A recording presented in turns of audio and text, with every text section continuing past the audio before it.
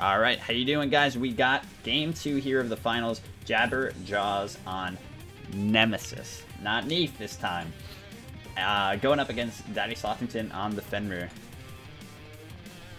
Now, this was interesting. Picks and bans actually determined absolutely, you know, they both knew what each other wanted.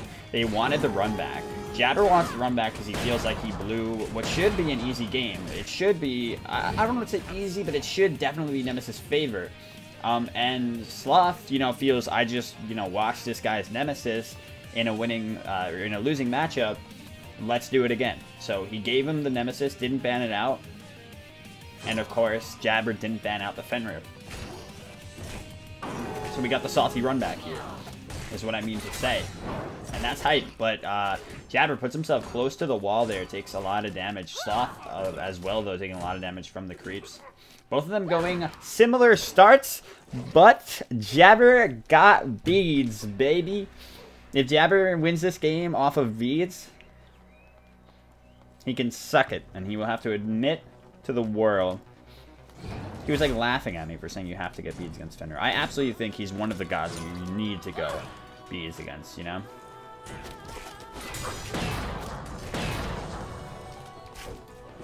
But enough about me.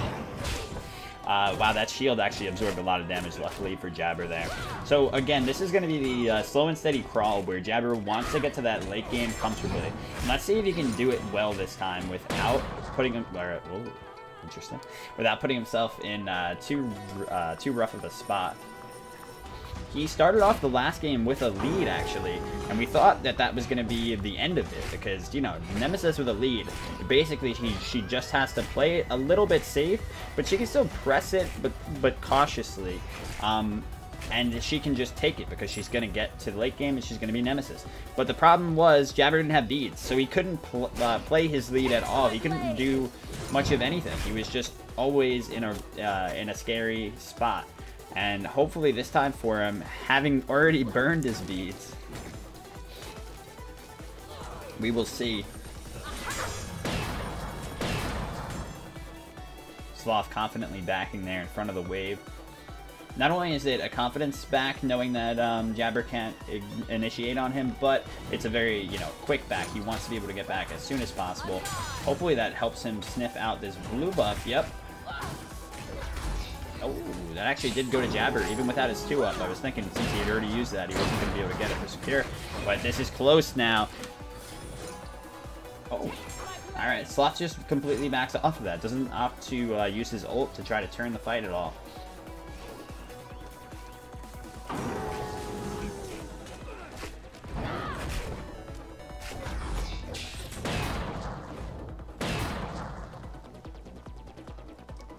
Alright, I see what you say, Nick. Thank you. Thanks, Tech.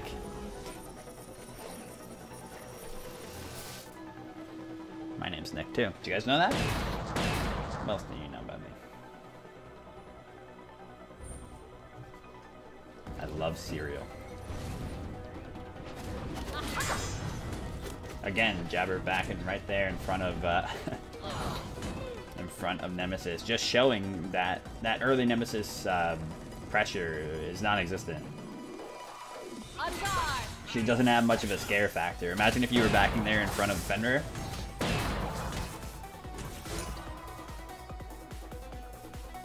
Slow and steady game this time around. Both of these guys, you know, they're used to this matchup now, having had played it against each other just the last game.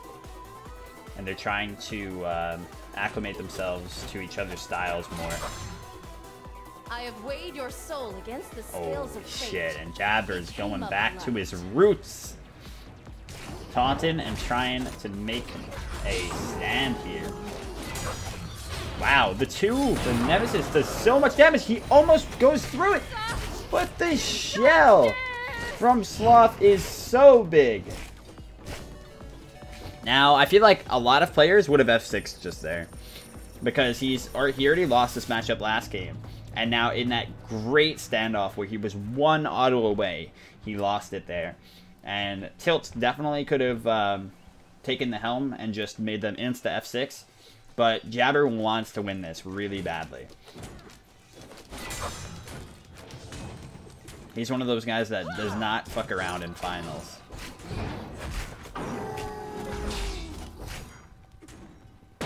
Doing a lot of damage here.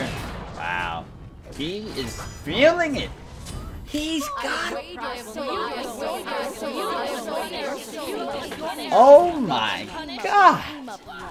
He's got to be easy with the taunts. I'll tell him it after game because this is a community tournament. I want to see people spam taunting. In the later rounds, it's, you know, it's more acceptable because your opponent isn't like somebody that's... I just don't want to see people taunting people that are, like, you know, a lot below them in level. I don't like the taunting in general, but anyway. Yeah. But that was fucking sick. He just soloed. And he didn't solo him because there was the minion that hit him, right? I think the minion finished him. I don't think it was Bluestone. It could have been Bluestone. But yeah, Jabber more than anything with these taunts right now is trying to get himself pumped back up. He knows that he lost the match that he really shouldn't have last game. Oh my god, they're like literally almost exactly even in gold. Not anymore.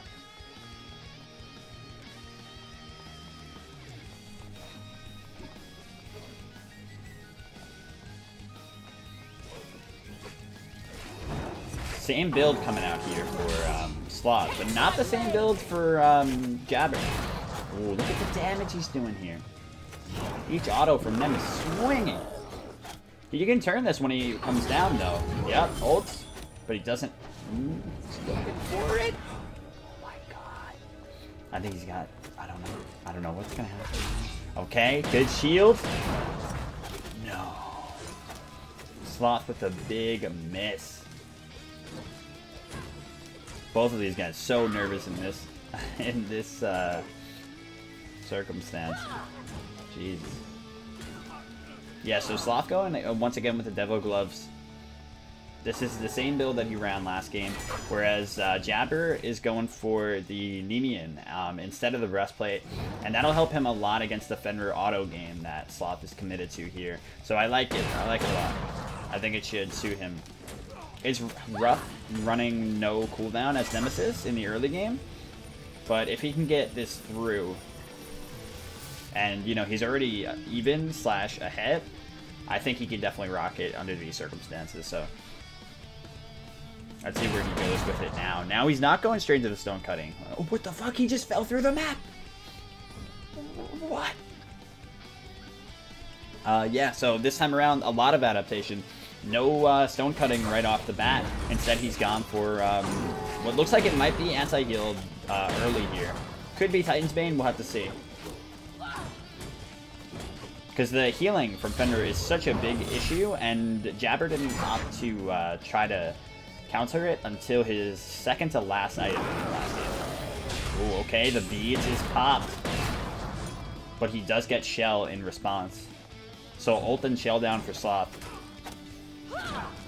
And ult and beads down for Jabber. Close ass game.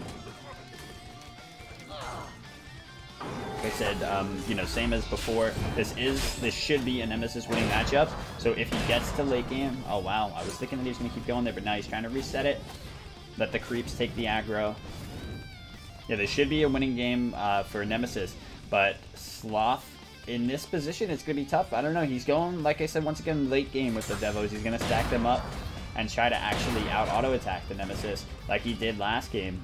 And I don't know if that came down to so much as Fenrir actually being able to do that, or it was Jabber, you know, kind of completely misbuilding, as he definitely did that last game.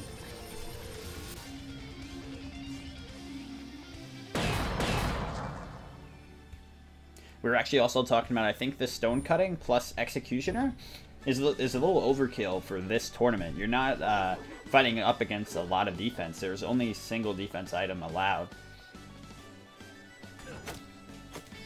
So Jabber prioritizing that off the bat really didn't seem like the most efficient. Right now, though, Sloth's getting the winning trade of this by just a bit. This is one of the best finals we've had. Shoutouts to both players playing their hearts out. But that heal from Sloth, or that lifesteal rather. No, that heal plus lifesteal. He's got his 2 healing and he's got the lifesteal. from that debuff. And he will almost certainly be able to take this blue buff. So Nemesis shouldn't be able to rotate there quickly enough that she can't go through walls. Fenrir has got 2 abilities that go through walls, and it's broken. It's part of what allows him to control the early game so well. Not only does he have, you know, such a dominant stance because he's such a heavy burst god with 2 ways to chase you down, but he also has 2 ways to go through walls to take your buffs. So he's working with a full arsenal. This isn't early game anymore. It's transitioning into the mid, and the brawlers has been picked up for Jabber instead of the. Sorry, I'm hitting you with the ums because I always forget this item's name. The Toxic Blade. Instead of Toxic Blade here. And I think, I don't know, I feel like Toxic Blade would have been nice, but he doesn't have any pen yet, so it does make sense. He could go both. Absolutely could go both, actually. Since there's no double defense allowed, the Toxic giving him a little bit of health could be nice. Good scoop and the pull from Sloth. But he wants to continue this fight. Jabber said, nah. I have my own shield. Both of these guys respecting each other a ton. The complete opposite of last game. Sometimes it's really cool to see a mid-set run back like this on a matchup because, like I said, the adaptation is really cool to watch unfold. But this could be a kill, and it very well is. Sloth! He's feeling it, and now he is the one taunting. I don't know. On that one, it just looked like Jabber decided to overstay once he didn't really have anything up. And the raw damage from Fenrir was too much for him at that point. I think the reason being that he doesn't have any auto attack yet, or, you know, hadn't had any auto attack yet. Like I said, that was the risk that he was running going into this beat stick at that point. One reason that the Toxic Blade could have also been a better pickup, but again, didn't have. It has only 10 pen on it, I think. And there would be no power, so tricky situation either way. But I think at the end of the day, he had to know that Fenrir's builds outweighed his at that point in the neutral. But he is just trying to take this tower here. Look at the tower health on both of these guys, insanely low.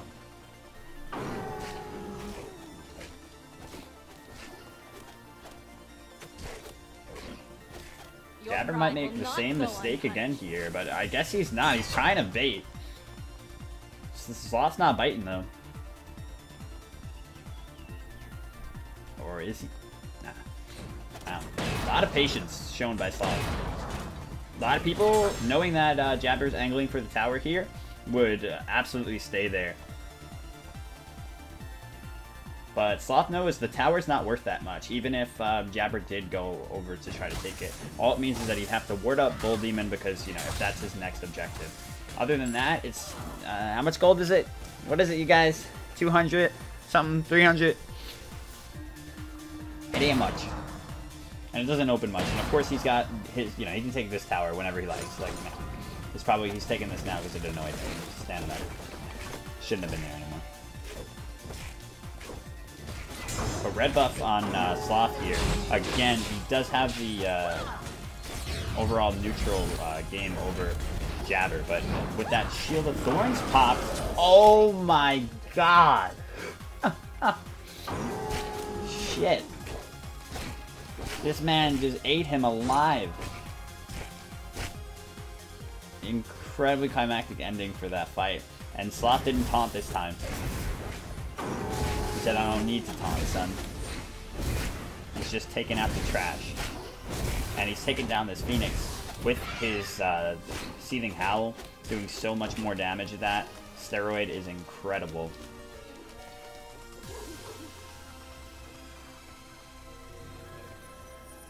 Yeah, it's interesting to see. Like I said, without double defense, it's a lot of these assassins really can play better into Nem. She can't mitigate all of that, you know, immediate burst damage anymore. And the funny thing is, though, he's just out auto-attacking him at this point. And Sloth actually ended up going for the beat stick for the Nem shield, which definitely helps quite a little bit. We saw him auto-attacking Jabber back to full in the last game, like, consistently. Yeah, Sloth angling to take this, and another red buff's going to him. The red buffs have been a big factor.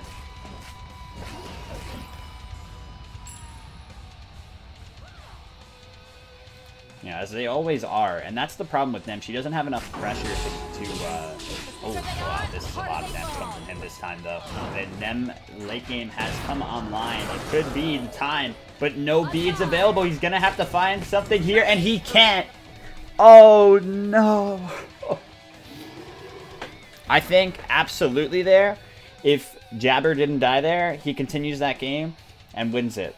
But the sheer brutality, the domination from this man Slothington just won it outright. Yeah, had he been able to wait that out, something would have happened. But Jabber was really impatient that game. We noted that Sloth was incredibly patient, was waiting on the right opportunities to go in. Didn't want to get the counterplayed by Nem, because Nem can flip the script on you so quickly with her ultimate and with her shield. Shield of Thorn she had available as well. Once you full commit, you know, she can really just go all in.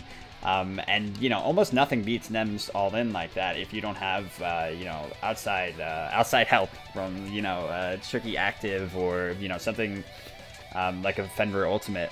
And when it came down to it, Jabber almost was able to bring that to the table, but he just fell short because he kept trying to force his way up to that tower and kept trying to push a little bit too much without, you know, taking stock of what was up, you know, what could have been done. GG, really good stuff to Sloth, who takes the tournament, and Jabber comes in second. Let's see, do I have third place for you guys? Rexy versus Nuda? I don't know if it's done yet. I don't think so. Would have liked to include it, but I'll let you know in the comments. GG, everybody who played. Thank you guys so much for watching. I'll see you next time.